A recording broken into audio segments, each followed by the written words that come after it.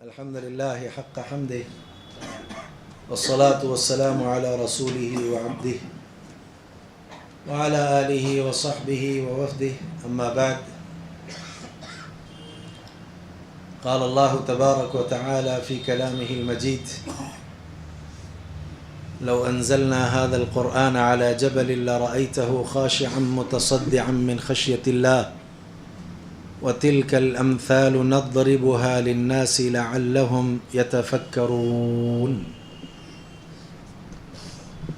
اللہ کے کلام سے ایک آیت کریمہ کو میں نے آپ کے سامنے پیش کیا ہے۔ اللہ رب العالمین نے اس میں اس بات کو واضح فرمایا لو انزلنا هذا القرآن على جبل، اگر ہم قرآن کو کسی پہاڑی پر نازل کر دیں لَرَأَيْتَهُ خَاشِعًا مُتَصَدِّعًا مِّن خَشْيَةِ اللَّهِ، تو آپ دیکھیں گے کہ خشیت الہی سے وہ پہاڑ پست ہو کر ریزہ ریزہ ہو جائے گا۔ وَتِلْكَ الْأَمْثَالُ نَضْرِبُهَا لِلنَّاسِ لَعَلَّهُمْ يَتَفَكَّرُونَ، لوگوں کے لیے ایسی مثالیں ہم اس لیے بیان کرتے ہیں تاکہ وہ غور و فکر کریں۔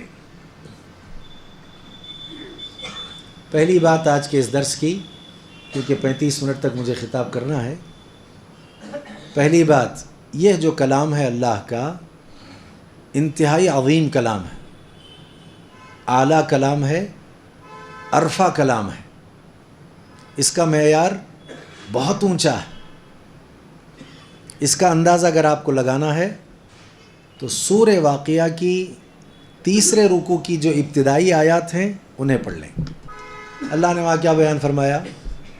فَلَا أُقْسِمُ بِمَوَاقِعِ النُّجُومِ وَإِنَّهُ لَقَسَمٌ لَوْ تَعْلَمُونَ عَظِيمٌ إِنَّهُ لَقُرْآنٌ كَرِيمٌ فِي كِتَابٍ مَّكْنُونٍ لَا يَمَسُّهُ إِلَّا الْمُطَهَّرُونَ تَنزِيلٌ مِّن رَّبِّ الْعَالَمِينَ۔ میں قسم کھاتا ہوں ستاروں کے گرنے کی۔ یہ کس نے قسم کھائی ہے؟ اللہ نے۔ میں قسم کھاتا ہوں ستاروں کے گرنے کی۔ اگلی آیت میں اللہ کا فرمان کیا ہے؟ وَإِنَّهُ لَقَسَمٌ لَوْ تَعْلَمُونَ عَظِيمٌ، اگر تمہیں معلوم ہو تو یہ بہت بڑی قسم ہے۔ ٹھیک، اس کے بعد اللہ رب العالمین نے کیا بیان فرمایا؟ إِنَّهُ لَقُرْآنٌ کریم، یہ قرآن کریم ہے۔ اور اس کے بعد اللہ نے کیا بیان فرمایا؟ فی کتاب مکنون، یہ کتاب مکنون یعنی لوح محفوظ میں درج ہے۔ لا یمسہ الا المطہرون، پاکیزہ فرشتوں کے سوا کوئی اسے چھوتا نہیں ہے۔ تنزیل من رب العالمین، رب العالمین کی جانب سے اترا ہوا ہے۔ مقام کتنا اونچا ہو گیا؟ اللہ نے قسم کھائی، نمبر 1۔ اللہ نے بیان کیا کہ بہت بڑی قسم ہے اگر تمہارے علم میں یہ بات ہو، 2 باتیں ہو گئی۔ تیسرا کہا یہ کتاب کریم ہے۔ چوتھی بات یہ کہا لوح محفوظ میں درج ہے۔ پانچویں بات یہ کہ پاکیزہ فرشتوں کے سوا کوئی چھوتا نہیں ہے اس کو۔ پھر آخری بات یہ ہے کہ رب العالمین کی جانب سے اترا ہوا ہے۔ کتنا اعلیٰ کلام ہے، کتنا عرفہ کلام ہے۔ اللہ رب العالمین نے ایک اور مقام پر اس کلام کی جو تاثیر ہے اس کے حوالے سے اس بات کو واضح فرمایا۔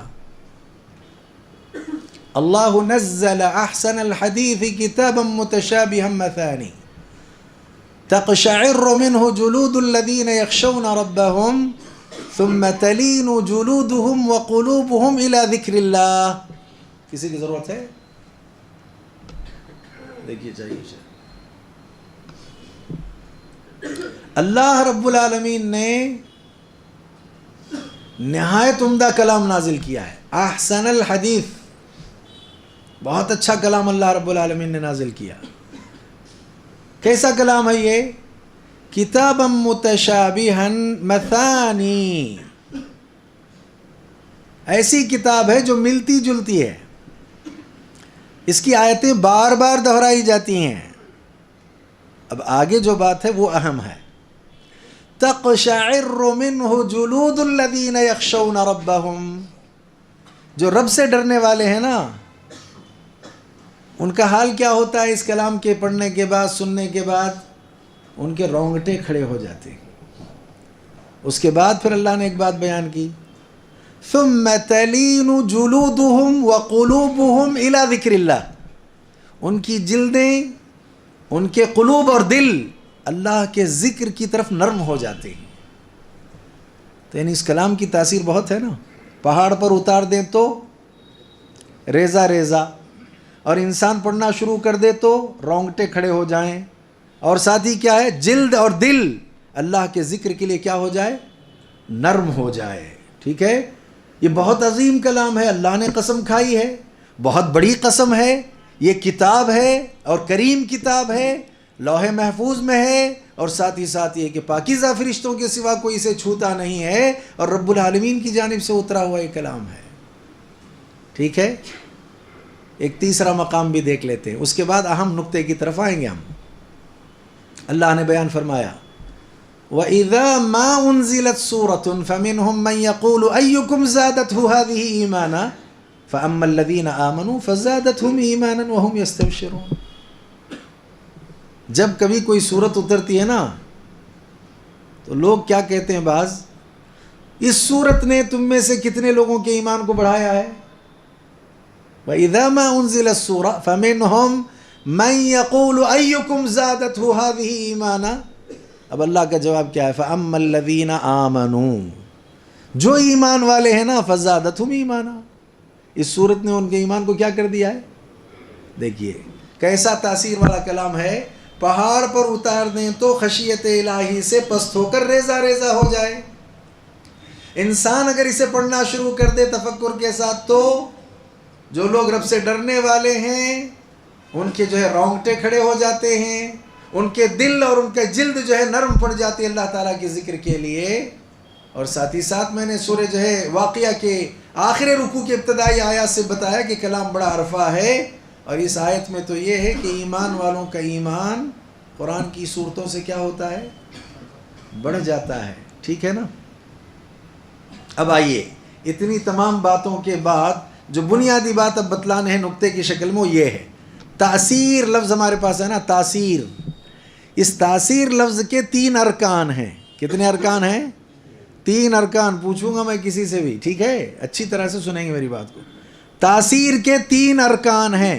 پہلا رکن مؤثر، دوسرا رکن متاثر، اور تیسرا رکن مؤثر۔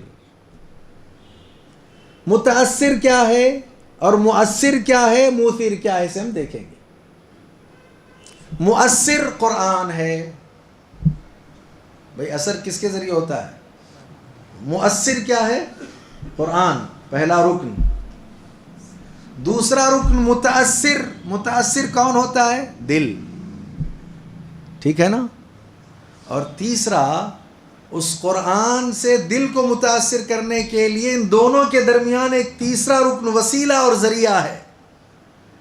تیسرا رکن کیا ہے؟ وسیلہ اور ذریعہ۔ وہ وسیلہ ہم اپنائیں گے، وہ ذریعے کو اگر ہم اختیار کریں گے تو مؤثر اثر ڈالے گا اور متاثر اثر لے گا، ٹھیک ہے۔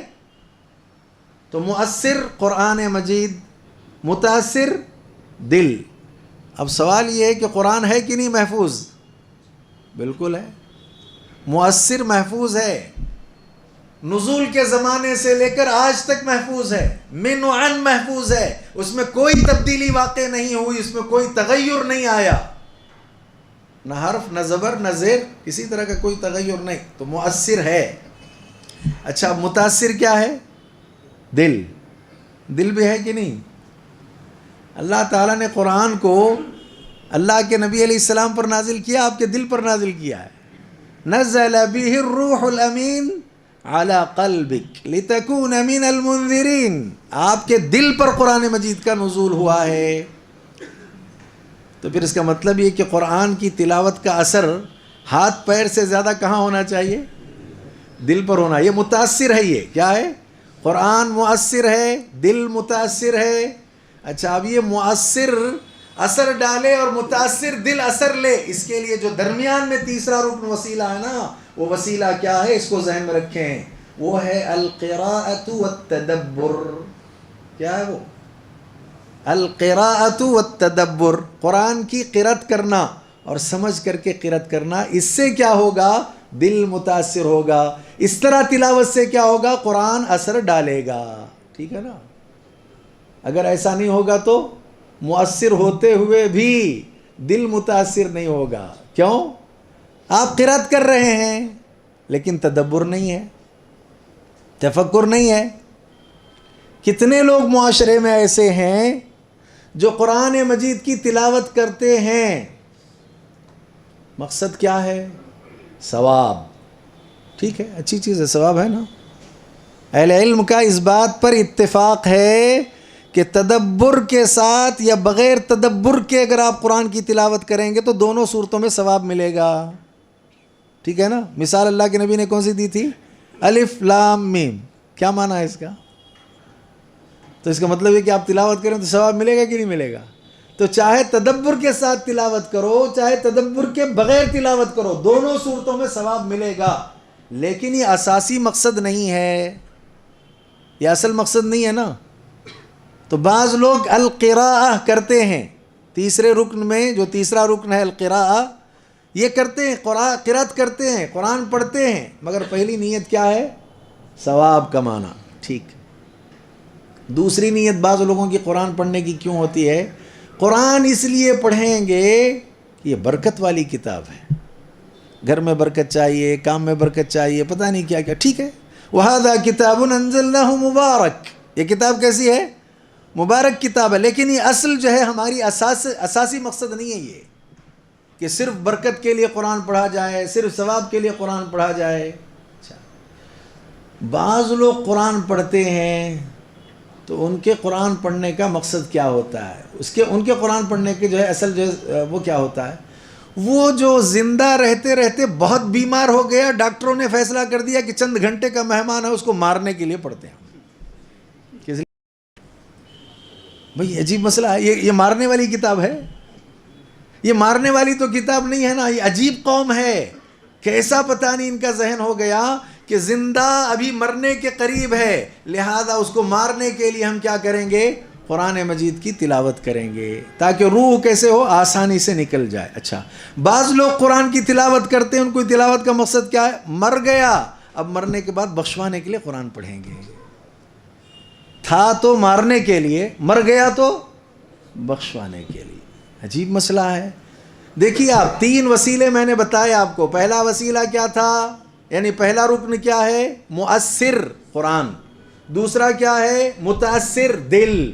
ان دونوں کے درمیان مؤثر متاثر کرے دل پر، اس کے لیے تیسرا رکن ہے القراءۃ والتدبر.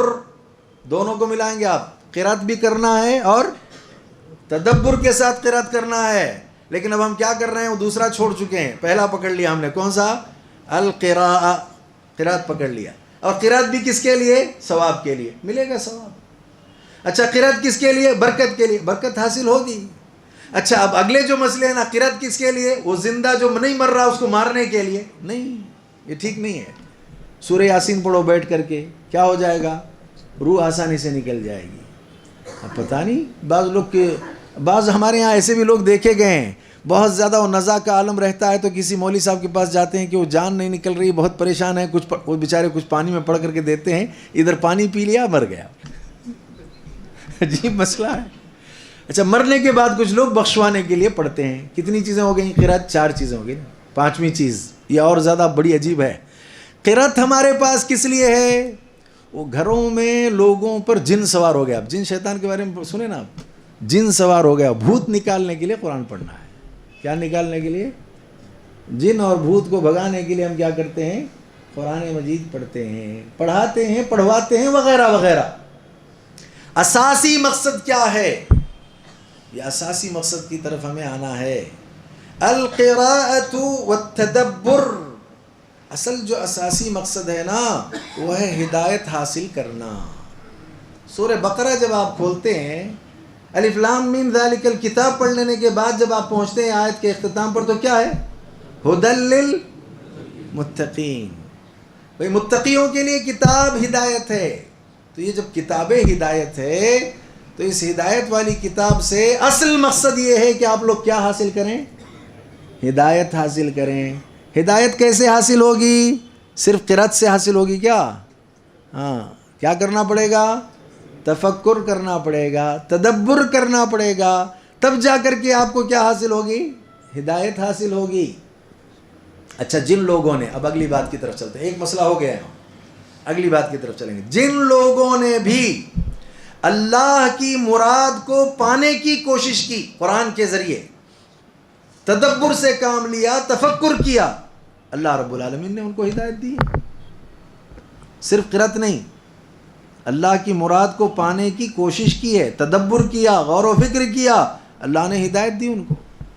دو مثالیں دیکھ لیں اس میں۔ پہلی مثال ہے، یہ حبشہ کا بادشاہ جانتے ہیں نا؟ ہاں، نجاشی، ماشاءاللہ، دیکھیے کتنی اچھی بات ہے۔ نجاشی کیا تھا؟ یہ یہودی تھا، عیسائی تھا؟ عیسائی تھا، ٹھیک۔ مسلمانوں کا ایک وفد وہاں پہنچا۔ اب وہ باریکی میں جانے کی ضرورت نہیں، سیدھے مواد کی طرف آتے ہیں۔ لہذا اللہ کے نبی کا بھی جب رسالہ پہنچا تھا تو اس موقع پر اس نے طلب کیا، جو لوگ آئے تھے ہجرت کر کے حبشہ مکہ سے، تو اس وفد میں حضرت جعفر رضی اللہ تعالی عنہ بھی تھے۔ قرآن ہے نا، کہا پڑھو قرآن۔ جعفر رضی اللہ تعالی عنہ نے اس موقع پر نجاشی کے سامنے جس سورت کی تلاوت کی تھی، وہ سورت کون سی ہے؟ سورہ مریم۔ ہے کون بادشاہ؟ عیسائی ہے نا۔ اور دیکھیے کیسے ہوتے ہیں دائی بھی ہمارے، اب یہ خود بھی کتنے سمجھدار ہے کہ اب جا کر دوسرا ادھر ادھر کا پڑھ سکتے تھے نا۔ کیا پڑھ رہے ہیں وہ؟ سورہ مریم پڑھ رہے ہیں، اور معلوم ہے مریم اور عیسیٰ کو لے کر کے عقیدہ عیسائیوں کا کیا ہوتا ہے۔ لہذا اب آپ یہ دیکھیے سورہ مریم کی تلاوت ہو رہی ہے، اور اتنا یہ مؤثر کلام ہے کہ اس مؤثر کلام نے، جس نے پہلے اثر لے لیا تھا، اب وہ تلاوت کر رہا ہے۔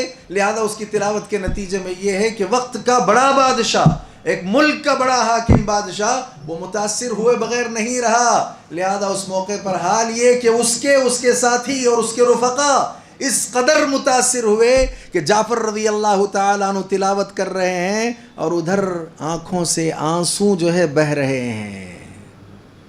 اور یہ آنکھوں سے آنسو جو رواں ہیں، یہ آنکھوں سے آنسو جو بہہ رہے ہیں، کس وجہ سے؟ قرآن نے اس کا ذکر کیا۔ وَإِذَا سَمِعُوا مَا أُنزِلَ إِلَى الرَّسُولِ تَرَىٰ أَعْيُنَهُمْ تَفِيضُ مِنَ الدَّمْعِ مِمَّا عَرَفُوا مِنَ الْحَقِّ۔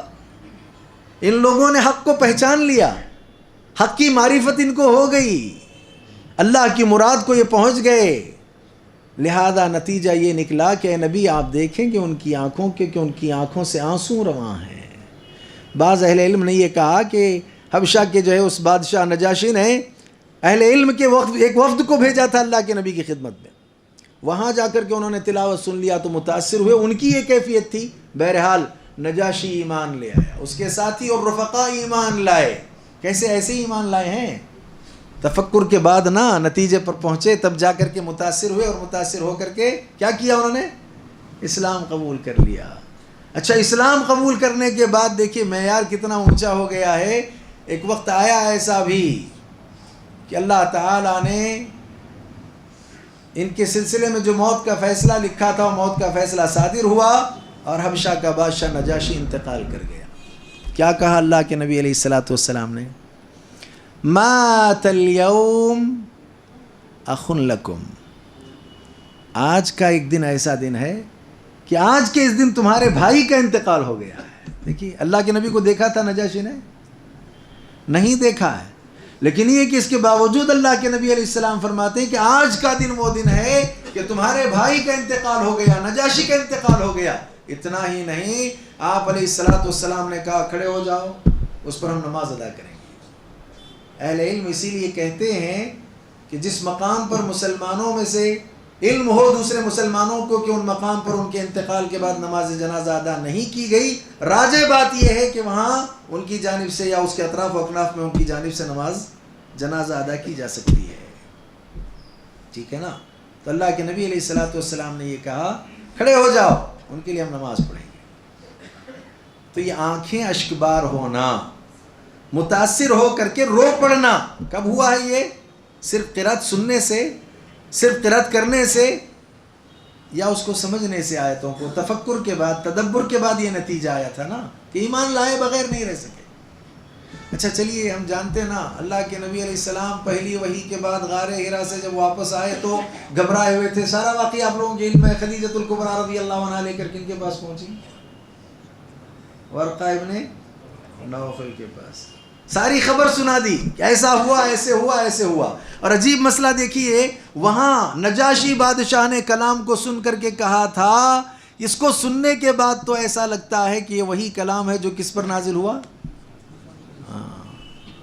اب یہاں دیکھیے ورقہ ابن نوفل نے ساری خبر سنی اور سن کر کے کیا کہتے ہیں معلوم ہے؟ یہ ساری باتیں، یہ ساری خبر، یہ سارے حالات اس بات کو واضح کرتے ہیں کہ یہ تو وہی ناموس ہے جو آج سے پہلے کس کے پاس آیا کرتا تھا؟ موسیٰ کے پاس آیا۔ پہچان لیا نا؟ اور کیا کہا آپ کو معلوم ہے؟ آپ کی قوم نکالے گی، میں اگر بقید حیات رہوں گا تو میں آپ کا ساتھ دوں گا۔ بہت بڑی بات ہے نا، یہ حقائق کو جاننے کے نتیجے میں ہے۔ تو لہذا 3 ارکان میں پہلا رکن مؤثر، دوسرا متاثر، اور تیسرا موثر کیا ہے؟ القراءۃ والتدبر، تدبر کے ساتھ قرآن مجید کی تلاوت کرنا۔ اب دیکھیں اللہ رب العالمین نے قرآن مجید میں ایک مقام پر کیا فرمایا ہے؟ وَيَرَى الَّذِينَ أُوتُوا الْعِلْمَ الَّذِي أُنزِلَ إِلَيْكَ مِن رَّبِّكَ هُوَ الْحَقَّ وَيَهْدِي إِلَى صِرَاطِ الْعَزِيزِ الْحَمِيدِ۔ بھئی یہ تلاوت، یہ تدبر، یہ تفکر کے لیے آپ کے لیے ضروری ہے کہ آپ اس کے سلسلے میں زانو تلمس طے کریں، ان کے ماہرین کے پاس بیٹھ کر کے علم حاصل کریں۔ اسی لیے نبی نے کیا کہا تھا آپ کو معلوم ہے؟ خیرکم من تعلم القرآن وعلمہ، تم میں سب سے اچھا وہ ہے جو قرآن سیکھتا ہے اور قرآن۔ تو اس کے لیے کیا کرنا پڑے گا؟ پہلا مرحلہ، سیدھے تدبر آتا نہیں ایسے ہی، آپ بیٹھیں تدبر کرنے لگ جائیں گے تو تدبر کیسے آئے گا؟ پھر مسئلہ یہ ہوگا کہ جتنی عقلیں اتنے تدبر، جتنی عقلیں اتنی باتیں، ایسا نہیں ہوگا۔ آپ کو سیکھنا پڑے گا، علم حاصل کرنا پڑے گا، لہذا علم کے ذریعے آپ تفکر اور تدبر تک پہنچ سکتے ہیں۔ تو دیکھیے اب علم والوں کی اللہ نے کیسے تعریف کی۔ وَيَرَى الَّذِينَ أُوتُوا الْعِلْمَ الَّذِي أُنزِلَ إِلَيْكَ مِن رَّبِّكَ هُوَ الْحَقَّ وَيَهْدِي إِلَى صِرَاطِ الْعَزِيزِ الْحَمِيدِ۔ علم والوں کو دیکھیں گے، وَيَرَى الَّذِينَ أُوتُوا الْعِلْمَ، کیا دیکھیں گے علم والوں کو؟ الَّذِي أُنزِلَ إِلَيْكَ، آپ کی جانب جسے نازل کیا گیا نا، مِن رَّبِّكَ، آپ کے رب کی طرف سے۔ تب یہ علم والے کیا کریں گے؟ کیا دیکھیں گے؟ کہ یہی حق ہے۔ علم کی بنیاد پر نتیجہ کیا نکلا ہے؟ یہی حق ہے، یہی ٹھیک ہے، یہی درست ہے۔ تو لہذا حق کو جاننے کے لیے بھی علم کے حصول کی ضرورت ہے، علم حاصل کیے بغیر حق کو جانا نہیں جا سکتا۔ وَيَرَى الَّذِينَ أُوتُوا الْعِلْمَ الَّذِي أُنزِلَ إِلَيْكَ مِن رَّبِّكَ هُوَ الْحَقُّ وَيَهْدِي إِلَى صِرَاطِ الْعَزِيزِ الْحَمِيدِ۔ اچھا یہ قرآن بھی کیسا ہے معلوم ہے؟ کیسے راستے کی رہنمائی کرتا ہے؟ العزیز الحمید، غالب اور خوبیوں والا جو راستہ ہے نا، اس راستے کی طرف یہ قرآن رہنمائی کرتا ہے۔ اور یہ معلوم کب پڑے گا؟ اوت العلم، جب آپ کس میں سے ہو جائیں؟ علم والوں میں سے ہو جائیں تو۔ اچھا دوسری جگہ ایک اور آیت میں اللہ کیا بیان فرماتے ہیں؟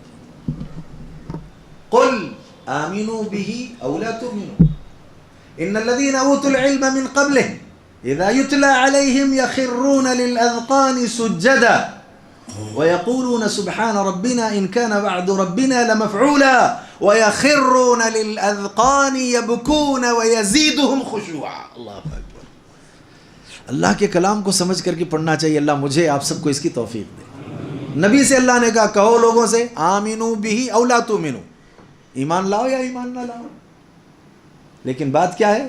ان الذین اوتوا العلم من قبل، اس سے پہلے جن لوگوں کو علم دیا گیا ان کا حال کیا تھا؟ تم ایمان لاؤ نہ لاؤ اس سے کیا مطلب ہے، لیکن پہلے جن کو علم دیا گیا ان کا حال کیا تھا؟ ان الذین اوتوا العلم من قبل اذا یتلی علیہم، قرآن کی آیتیں جب ان کے سامنے تلاوت کی جاتی ہے نا، یخرون للاذقان سجدا، اپنے ٹھوڈیوں کے بلوں کس میں گر جاتے ہیں؟ دیکھیے اثر دیکھیے قرآن کا. ہم تو ایسے ہی نہیں کرتے نا. اب ہمارا حال یہ کہ کبھی کبھی امام صاحب سجدے کی آیت پڑھ لیتے ہیں. اگر کسی امام نے ایسا کر لیا کہ سجدے کی آیت پڑھنے کے بعد جاتے ہوئے اللہ اکبر نہیں کہنا ہے, ایسے ہی سیدھے چلے جاتے ہیں, پیچھے والوں کا کیا حال ہوگا؟ ان کو یہ بھی معلوم نہیں کہ آیا ہے کہ نہیں سجدے کی والی آیت, صرف تلاوت کے اعتبار سے. اچھا اگر آ بھی جاتا اللہ اکبر کہہ کر کے جاتے ہیں, فرض کر لے خواتین وغیرہ اپنی جگہ پر ہیں, اگر امام صاحب نے صرف یہ نہیں کہا کہ سجدہ ہے پہلی رکعت میں, تو اللہ اکبر کہہ کر کے جائیں تو وہ رکوع میں ہے اور یہ سارے سجدے میں ہیں. کون؟ خواتین کہاں ہیں؟ رکوع میں. یہ کہاں ہے؟ کیوں؟ امام صاحب نے کہا نہیں نا. تب آپ یہاں دیکھیے کیا حال ہے. سجدے میں جانے کا مطلب یہ ہوا کہ تدبر ہے, تفکر ہے. اذا یتلی علیہم یخرون للاذقان سجدا, ٹھوڑیوں کے بر وہ کیا کرتے ہیں؟ سجدے میں جاتے ہیں. آگے اور اللہ نے ایک بات بیان کی.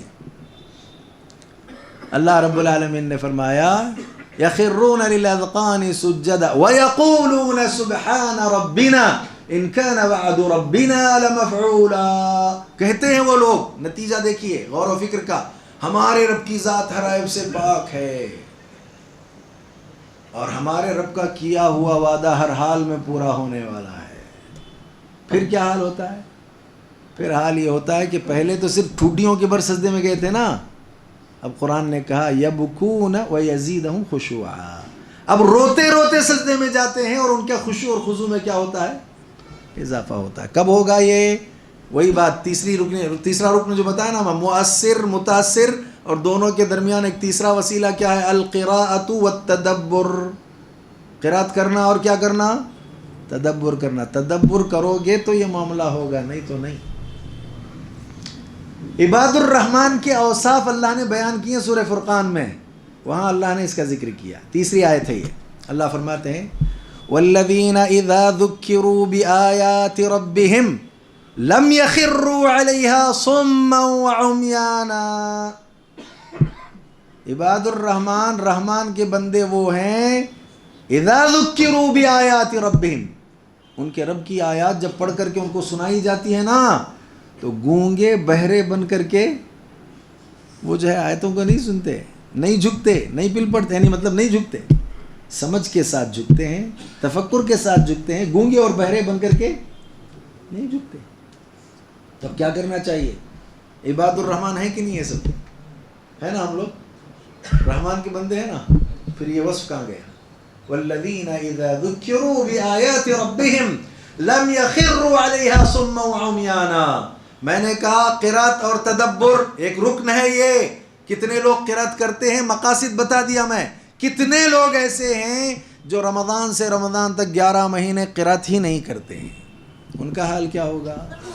تدبر کا مرحلہ بعد کا ہے نا, قرات ہی نہیں, قرآن کی تلاوت ہی نہیں ہے. شہر رمضان آ جائے تو تلاوت شروع ہو جاتی ہے. لہذا بہت ضروری ہے ہمارے لیے کہ ہم کیا کریں؟ تفکر سے کام لیں, تدبر سے کام لیں اور پڑھیں, قرآن مجید کی تلاوت کریں. اگر ہم قرآن کو پڑھیں گے نہیں, قرآن کی تلاوت کریں گے نہیں اور سمجھ کر کے نہیں پڑھیں گے, اصل مقصود, اصل ہدف یہ ہے تدبر, تفکر, عمل, ہدایہ.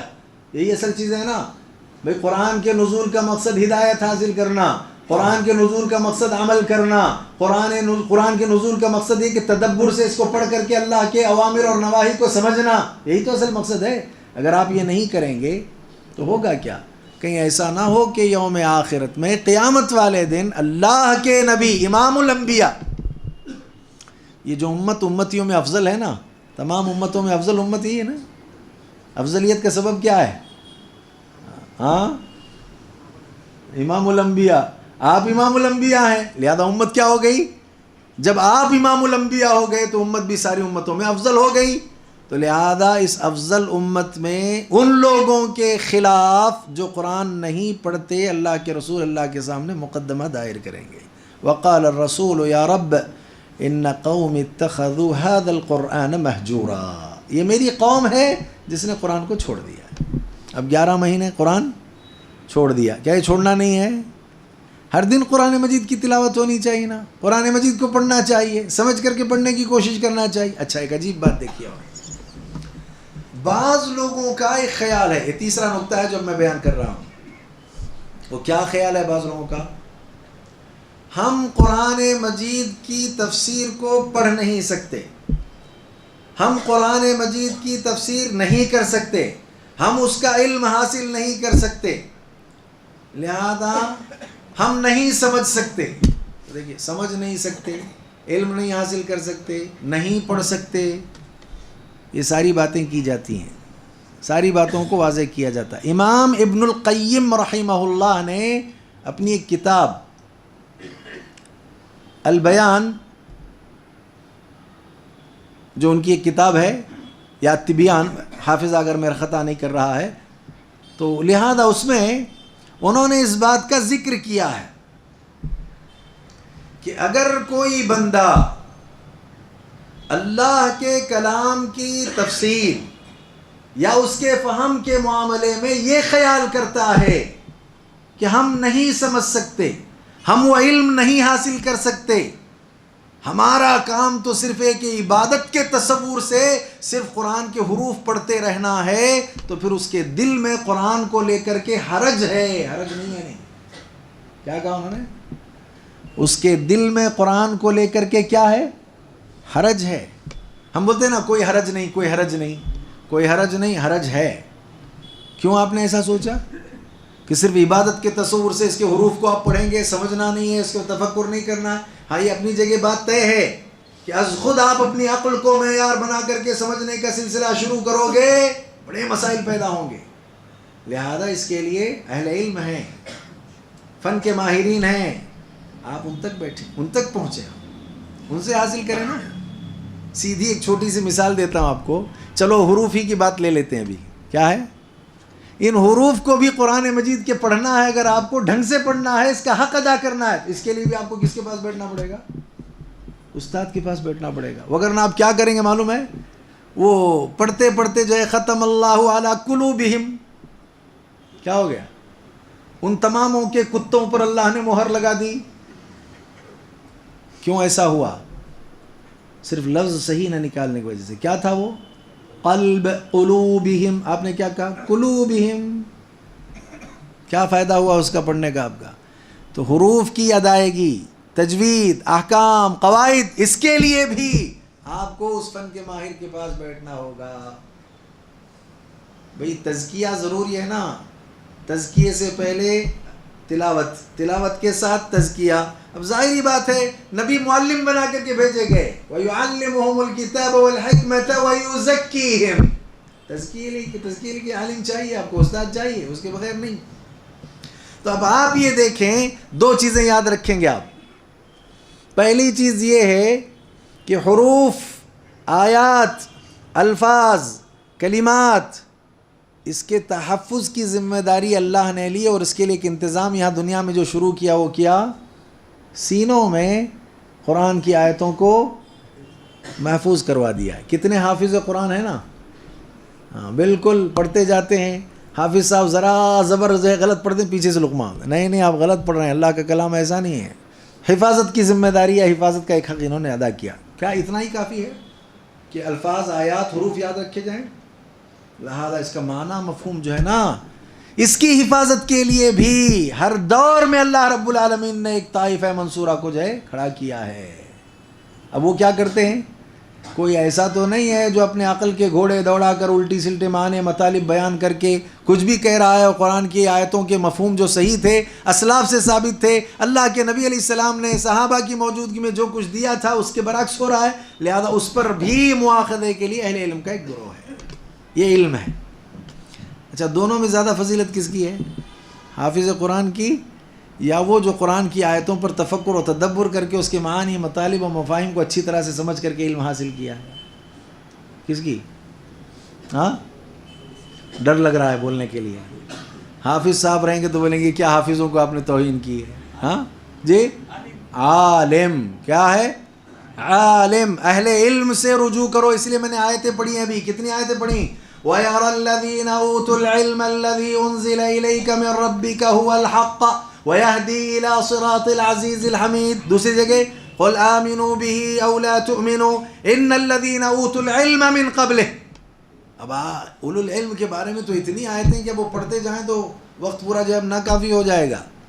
تو لہذا اس اعتبار سے حفاظت دونوں طریقے سے ہونی چاہیے، آیات بھی محفوظ ہوں اور اس کا صحیح معنی، مفہوم اور مطلب بھی کیا ہونا چاہیے، محفوظ رہنا چاہیے۔ دونوں کے لیے اللہ رب العالمین نے افراد کو تیار کیا ہے۔ ادھر آیات کو محفوظ کرنے کے لیے حفاظ ہیں، ہو گیا، ہو جاتے بتائیں، ٹھیک ہے، آیات کو محفوظ کرنے کے لیے حفاظ ہیں، معانی و مطالب کی حفاظت کے لیے منصورہ طائفہ منصورہ موجود ہے۔ لہذا اب کوئی تبدیلی تغیر اس میں نہیں، جو بھی کرنے کی کوشش کرے گا اس کی نشاندہی ہوتی رہے گی۔ اسی لیے اہل علم سے رجوع کریں۔ تو میں یہ کہہ رہا تھا کہ 3 آیتیں، تو کیا کہہ رہے تھے امام ابن القیم رحمہ اللہ، بات وہاں سے شروع ہوئی تھی نا۔ امام ابن القیم نے اپنی کتاب میں کہا کہ کوئی اگر یہ خیال کرتا ہے کہ قرآن کی تفسیر ہم نہیں سمجھ سکتے، اس کا علم ہم کو حاصل نہیں کرنا چاہیے، ہمیں تو صرف عبادت کے تصور سے حروف کو جو ہے صرف پڑھتے رہنا چاہیے، بس یہی ہمارے لیے کافی ہے، تو پھر اس کا مطلب یہ ہوا کہ قرآن کے سلسلے میں اس کے دل میں کیا ہے، حرج ہے اس کے دل میں۔ تو پھر اللہ تعالیٰ نے قرآن کو کیا کیا ہے، مشکل بنایا ہے۔ اللہ نے فرمایا وَلَقَدْ يَسَّرْنَا الْقُرْآنَ لِلذِّكْرِ، آگے دیکھیے کیا، فَهَلْ مِن مُدَّكِرٍ، بھئی ہم نے قرآن کو آسان کیا، یاد رکھنے کے اعتبار سے، سیکھنے کے اعتبار سے، سمجھنے کے اعتبار سے، عمل کرنے کے اعتبار سے، ہر اعتبار سے آسان ہے۔ امام ابن القیم رحمہ اللہ یہی بات کہتے ہیں کہ بھئی ہر اعتبار سے سیکھنے والا سیکھنا چاہتا ہے، قرآن کو آسان کر دیا گیا۔ حفظ کرنے والا حفظ کرنا چاہتا ہے، قرآن کو آسان کر دیا۔ ہمارے ہاں کہتے ہیں نا بچے ہی صرف حفظ کر سکتے ہیں، ایسا نہیں ہے۔ اگر شوق آ جائے، ذوق پیدا ہو، بڑا بوڑھا بھی اگر جو ہے حفظ کرنا چاہے قرآن مجید کو، اللہ نے آسان کر دیا، وہ بھی حفظ کر لے گا۔ کتنے ایسی مثالیں موجود ہیں، بڑی عمر کو پہنچ کر کے قید خانوں میں جا کر کے یہاں وہاں انہوں نے قرآن مجید کو یاد کر لیا اور اللہ نے آسان کر دیا ان کے لیے، قرآن یاد ہو گیا ان لوگوں۔ تو حفظ کرنے کے لیے قرآن آسان، سمجھنے کے لیے قرآن آسان، عمل کرنے کے اعتبار سے قرآن آسان۔ اچھا اب دیکھیے ایک آخری بات، کیونکہ وقت 5 منٹ بچا ہے ورنہ ابھی باتیں بہت ساری ہیں، لیکن آئندہ کبھی کسی موقع پر جو باتیں رہ گئی اس کو ہم بیان کریں گے، ٹھیک ہے۔ اچھا یہ دیکھیے آپ، انسان کی فطرت اگر صحیح سالم ہے، پہلی بات تو یہ کہ قرآن نور ہے۔ قرآن کیا ہے؟ نور ہے نا۔ اب وہ شروع میں جو میں نے کہا تھا نا، وہ مرنے کے قریب جو رہتا ہے اس کو مارنے کے لیے قرآن پڑھتے ہیں، تو ہم نے کہا یہ مارنے والی کتاب نہیں ہے، مرے ہوئے کو زندہ کرنے والی کتاب ہے۔ کیسا؟ جو مردہ ہوتا ہے اس کو زندہ کرنے والی کتاب ہے۔ او من کان میتا فاحییناہ وجعلنا له نورا، جو مر چکا تھا نا ہم نے اس کو زندہ کیا ہے اور اس کو نور عطا کیا ہے، اسی نور میں، اسی روشنی میں یہ چلتا رہتا ہے۔ تو قرآن کیا ہے؟ نور ہے نا۔ قرآن نور ہے، اور ایک انسان کی فطرت بھی اگر صحیح سالم ہے وہ بھی نور ہے۔ تو یہاں کا نور، یہاں کا نور علی نور یہدی اللہ لنورہ من یشاء۔ اب اللہ تعالیٰ جسے چاہتا ہے اپنے نور سے کیا کر دیتا ہے؟ ہدایت دیتا ہے۔ کامل اور مکمل اگر وہ جو ہے معلومات نہیں حاصل کرے گا، فطرت اگر صحیح سالم ہے اور یہ نور ہے اور مزید قرآن نور ہے، تو یہ نور پر نور، روشنی پر روشنی۔ تو دیکھیے کبھی کبھی ایسا ہوتا ہے کہ بعض موٹی موٹی سیدھی سیدھی چیزیں آدمی ایسے بھی سمجھ لیتا ہے، اتنا آسان ہے قرآن۔ اس کی 2-3 مثالیں دے کر بات ختم کریں گے۔ ایک اعرابی، کس کو کہتے ہیں اعرابی؟ ہاں کس کو کہتے ہیں؟ اور عربی کس کو کہتے ہیں؟ وہ جو شہر میں رہتا ہے اس کو عربی کہتے ہیں، اور جو دیہات میں رہتا ہے اس کو اعرابی کہتے ہیں، ٹھیک ہے نا۔ ہاں یہ اصل میں لغت وغیرہ میں بھی جو ہے اس طرح کی وضاحت آپ کو ملے گی۔ عربی ایک ہے اور اعرابی ایک ہے، ٹھیک ہے۔ میں نے ایسے ہی کہہ دیا ہے کہ اعرابی قریہ کا رہنے والا جو ہوتا ہے دیہات کا، اسے اعرابی کہتے ہیں۔ ایک اعرابی ایک قاری صاحب سے قرآن کی تلاوت سن رہے ہیں۔ کس سے؟ قاری صاحب سے قرآن کی تلاوت سن رہے ہیں۔ اچھا قاری صاحب قرآن کی تلاوت کرتے کرتے کہاں پہنچے معلوم ہے؟ الہاکم التکاثر حتی زرتم المقابر۔ اتنا سنا، سننے کے بعد کہا انہوں نے کیا معلوم؟ بعث لیوم، کہا دیکھو یہ آیتیں جو قاری صاحب پڑھ رہے ہیں، اس سے تو پتہ چلتا ہے کہ ہم تماموں کو اس دنیا میں ایک دن کے لیے بھیجا گیا ہے، اس لیے کہ کہا حتی زرتم المقابر، قبریں کیا ہیں؟ زیارت کرنے کی جگہ ہیں۔ تو زیارت کر کے پھر کیا کرنا پڑتا ہے؟ واپس جانا پڑتا ہے نا۔ کہاں سے آئے تھے وہیں واپس جانا پڑتا. آئے تھے کہاں سے؟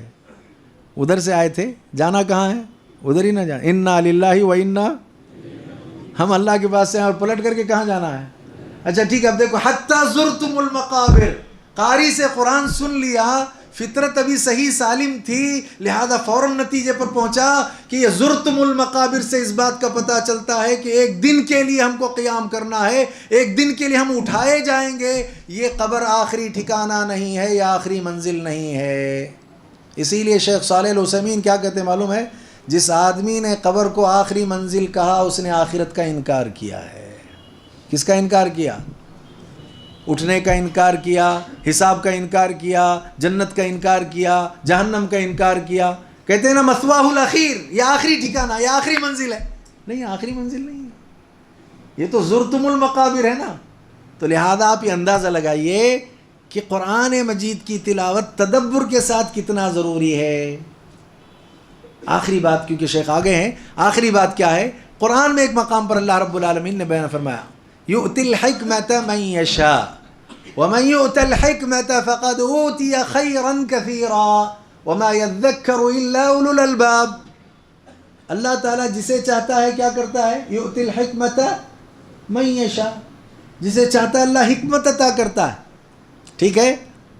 ومن یؤت الحکمۃ فقد اوتی خیرا کثیرا، اور جس کو حکمت جو ہے مل گئی، حکمت عطا کر دی گئی، اسے کیا ملا؟ کیا ملا اسے؟ خیر کثیر ملا. کیا ملا اس کو؟ خیر کثیر ملا. قتادہ رحمہ اللہ اس آیت کی تفسیر میں یہ کہتے ہیں کہ یہاں حکمت سے مراد القرآن و فہم القرآن. کیا ہے؟ القرآن و فہم القرآن. اب ہمارے یہاں حکمت کا مطلب نکلے کہاں؟ جنگلوں میں جڑی بوٹیاں تلاش کرنے کے لیے فلاں فلاں فلاں، وہ حکمت ایک اپنی الگ ہے بھائی. لیکن یہاں دیکھیں یؤتی الحکمۃ من یشاء ومن یؤت الحکمۃ فقد اوتی خیرا کثیرا. بہرحال قرآن کی تلاوت ہو، تدبر کے ساتھ ہو، تفکر کے ساتھ ہو. وگرنہ اللہ تعالیٰ نے تو سوال کیا افلا یتدبرون القرآن ولو كان من عند غیر اللہ لوجدوا فیہ اختلافا کثیرا.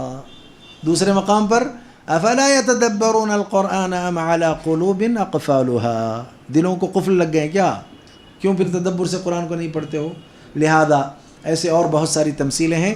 میں اپنا وقت مکمل جو ہے یہاں ہوا، اس پر اپنی بات کو بھی ختم کرتے ہوئے دعا گو ہوں اللہ تعالیٰ سے کہ اللہ تعالیٰ ہم تماموں کی کاوشوں کو قبول فرمائے. جو خیر کے معاملے ہیں اللہ تعالیٰ ان کے نتیجے میں ہمیں آخرت میں جنت عطا کرے، اور ہماری اس نشست کو، اس مجلس کو آخرت کی کامیابی کا ذریعہ بنائے.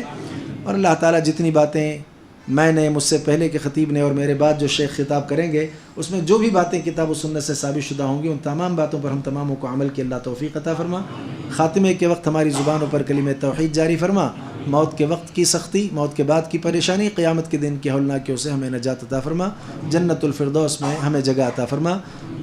ربنا تقبل منا انك انت السميع العليم وتب علينا انك انت التواب الرحيم.